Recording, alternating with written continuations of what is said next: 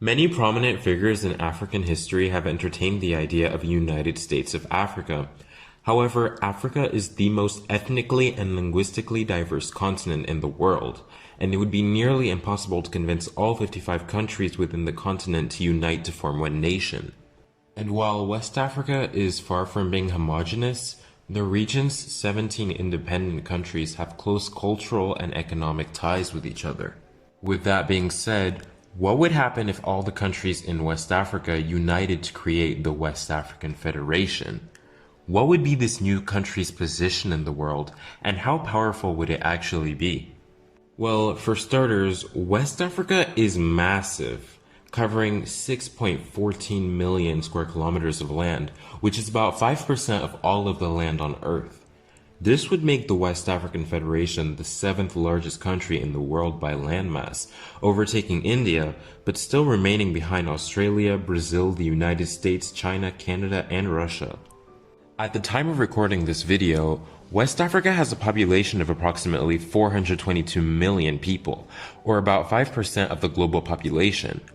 However, this figure is expected to increase significantly in the upcoming years, since Africa as a whole has been experiencing a population boom, with different sources estimating that in 2030, West Africa will have a population of anywhere between 500 to 600 million people, and by the end of the 21st century, will reach a whopping 1.48 billion people, making the West African Federation the most populous country in the world, overtaking both India and China.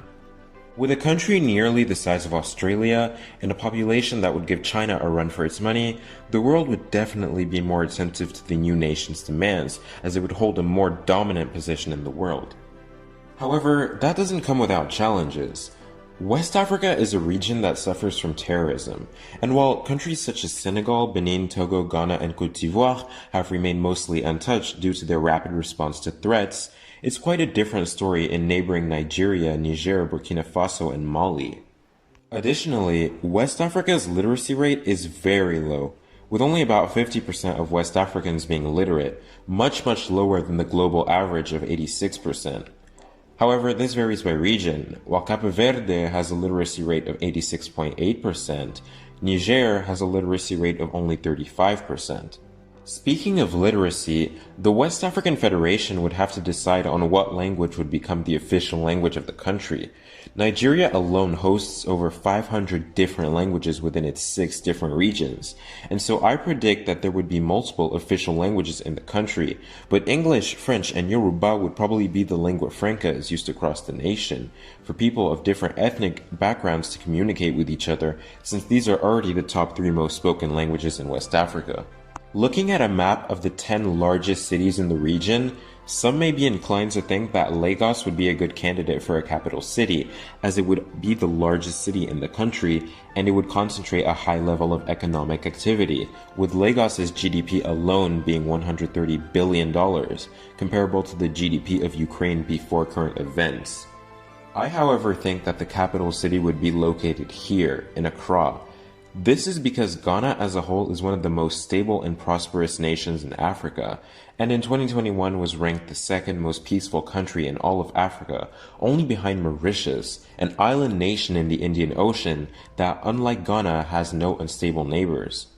In addition, Ghana has a central bank and prints their own currency, the Ghanaian cedi, which in 2020 the International Media and Research Organization rated as the best performing currency in the world against the United States dollar.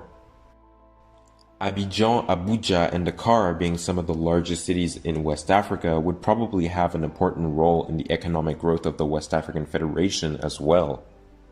Despite being rich in natural resources, the country would still be relatively poor for its size, with a GDP of approximately $700 billion, making it the 19th largest economy in the world, behind Switzerland, which for reference has a population of only 8.6 million people.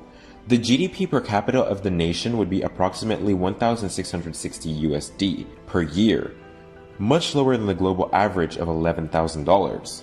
And the country would be plagued with poverty, with nearly 40% of the country's inhabitants living under the poverty line. However, with many West African nations looking to transform their mostly agriculture-based economies into manufacturing economies, the future is looking bright for West Africa and Africa as a whole.